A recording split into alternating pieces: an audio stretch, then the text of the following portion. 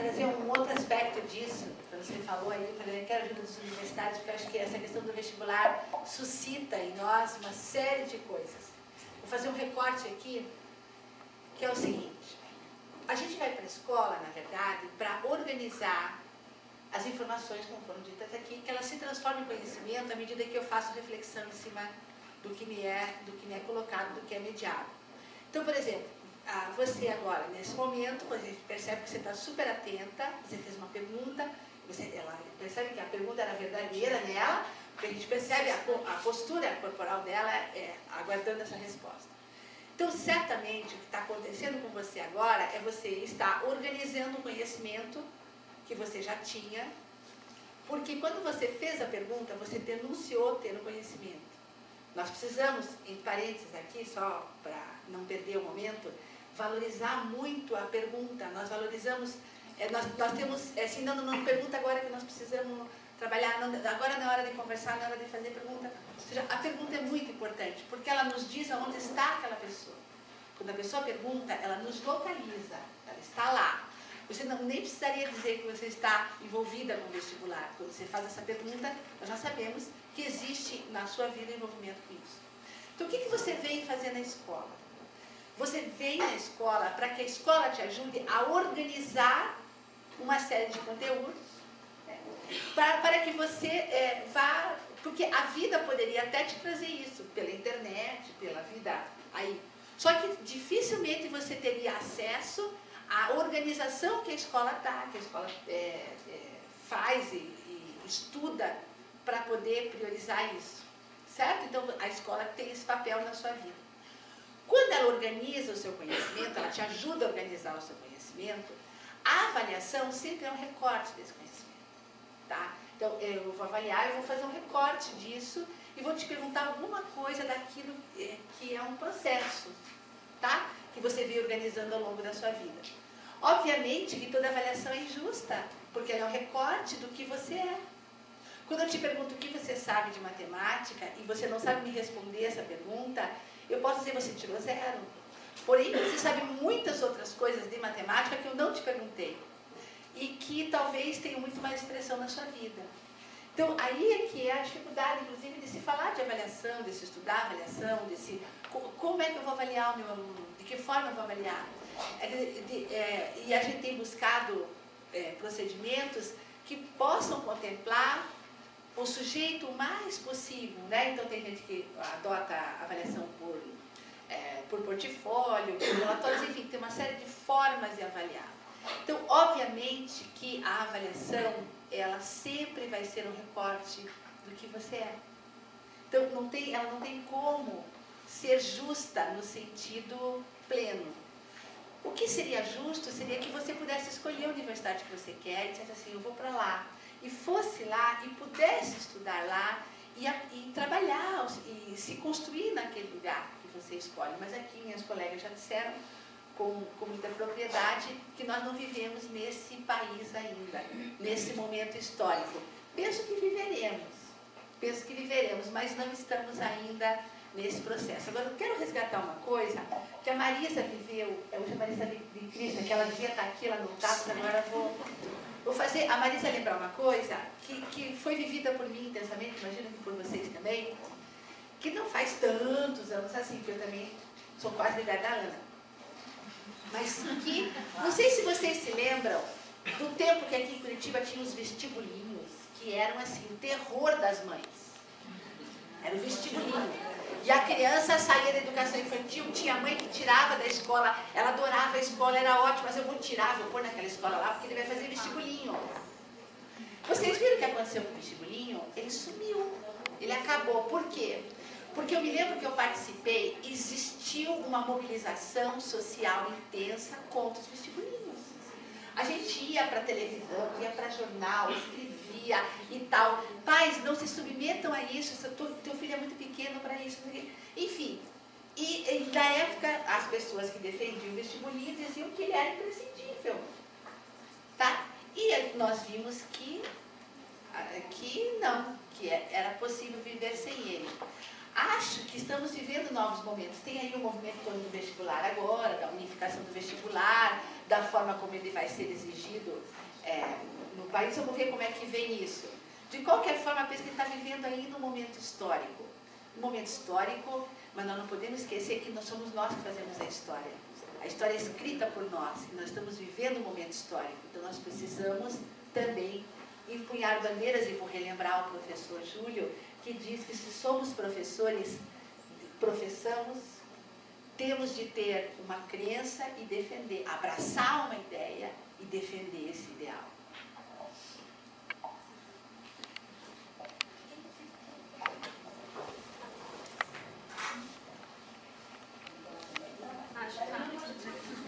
Eu ia falar um pouco assim, vocês falam de formação de educadores, de professores, esse trabalho, né, da relação de ensino-aprendizagem.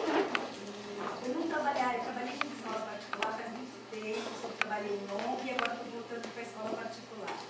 E uma coisa que eu vejo assim, uma diferença muito grande e que acaba batendo muito comigo é como os pais se impõem na escola, né? E que concepção de educação que esses pais trazem, têm da vida deles, né, daquela época, né, de 60, 70, que seja, e que querem para os filhos. Mas, por outro lado, eles não querem um método tradicional. E, por outro lado, saiu o ECA. Então, saiu os direitos da criança. E aí, isso é questão de como trabalhar o comportamento da criança. Porque adolescentes nós temos hoje, que está aí na Veja, no jornal, de qualquer canto, né? E não conseguem se orientar, os pais não conseguem se orientar, não conseguem dar um trabalho para os filhos, né? Eu fico pensando, puxa, a gente só fazer um trabalho de formação para os pais, né? De como poder lidar com essas crianças hoje, que são mais críticas. Isso é fato, né? Pelo contexto histórico, pelas oportunidades que elas estão tendo mais, elas estão mais críticas, estão mais falantes, estão se colocando mais. Mas assim, não está tendo estrutura, porque os próprios pais não têm estrutura para se colocar com os filhos. Só para completar, isso foi uma coisa que eu pensei enquanto vocês estavam falando. Muitas vezes eu vejo alguns pais de crianças por aí que ficam meio preocupados com a postura do filho. Né? E que ficam, oh, meu filho é um mau. Acho o máximo. Não, eu também acho que é legal, mas sei lá. Talvez é aquela assim, história, né? A pessoa fala, sabe muito como se ai, faz criança isso. continua se falando. Aí eu fico pensando, puxa, hoje o bebê não fica, mas todo, né, embolado no pano, não consegue ver o pezinho. Hoje a criança consegue ver os pés, quer dizer, ela está conseguindo pensar mais, né? Ela está tendo mais oportunidade de pensar.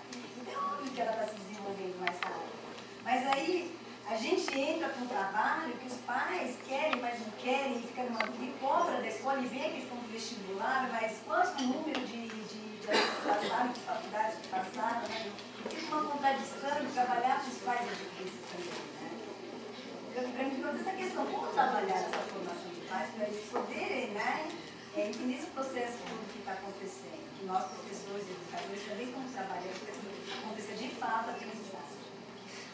Tem muito a falar também, né? Só puxando o gancho aqui o que ela falou, e já hoje alguém aqui também disse que o adolescente, o jovem, eu diria até nós, adultos, alguns, não pensamos, não sabemos pensar.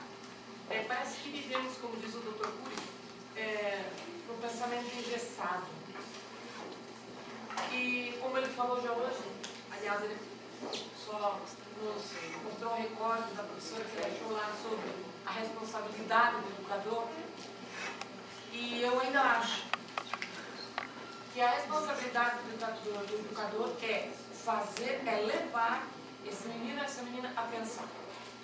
No momento em que nós levamos o ser humano a pensar, ele muda as atitudes e ele aprende. Como bem a Sandra falou, e não é porque ela é portuguesa também, né?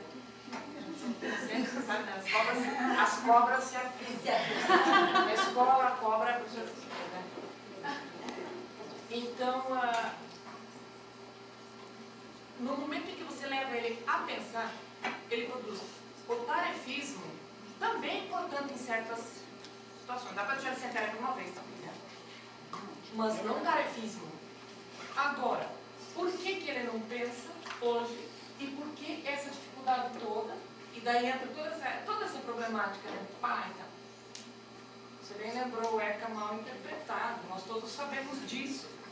Então, no momento em que se colocou todo o direito para esse menino, menos os deveres, né? No momento em que eu não sei de onde partiu, de todos esses conselhos, o governo criou, não sei. Não estamos julgando o governo, mas eu acho que nós, no geral, nós tiramos a capacidade de ele pensar também. Por quê? Porque ele recebe tudo mastigado. A mãe hoje dá tudo, desde lavar o tênis, se lá não tem uma empregada, ela faz tudo. Peraí, como é que fica isso? Na escola, você acha que ele vai querer pensar, ele vai querer resolver? Não, ele ganha tudo mastigado. Por que ele vai ler? Como ela falou lá, por que ele vai ler um livro se ele sabe, inclusive, ele chega lá, às vezes até esquece, ou por maldade mesmo, e vai puxar um assunto que a professora pediu no trabalho escolar lá, ele tira da internet, inclusive, com uma página do... Entrega, como que diz, está leia, você quer, né? Mas ele não é capaz de ler aquilo, interpretar, e depois alguém aqui falou, né, sobre a questão do vestibular, das perguntas, que eu também, como professor de português, não concordo, mal elaboradas, horríveis. Mas ele não é capaz nem de entender quando você diz assim para ele, vamos supor uma aula, né, de matemática lá, divida por 4. Nem isso ele entendeu, interpretou o que é para ele fazer. Imagina com toda aquela questão. Então aí a problemática é muito mais séria do que nós pensamos. Né? Mas também não é tão difícil, é simples. E quando eu vi o título, que a professora Beth chegou para mim que tem uma reunião, será uma palestra, um título sobre isso, falei, estou indo, não importa onde eu moro, onde eu estou indo porque eu quero ver o que é isso. Falei, eu quero ver o que é isso. Falei, pode ser que alguém me disse alguma coisa, porque eu vi agora, depois já, de passar a vara do... Eu passei para a escola, coisa que eu nunca fiz na minha vida, eu dizia assim, eu sempre trabalhei em particular católica. Deus me ajuda. E Deus disse, não, você vai. Meu Deus do céu, você não dá ideia. O que é que acontece quando você cai no público assim? Nossa Senhora, eu vim da cidade, não. O professor finge que ensina, o aluno finge que não nem quer mais, nem quer. Então vocês, então na escola particular, por favor, segure esse ensino, faça uma coisa com ele.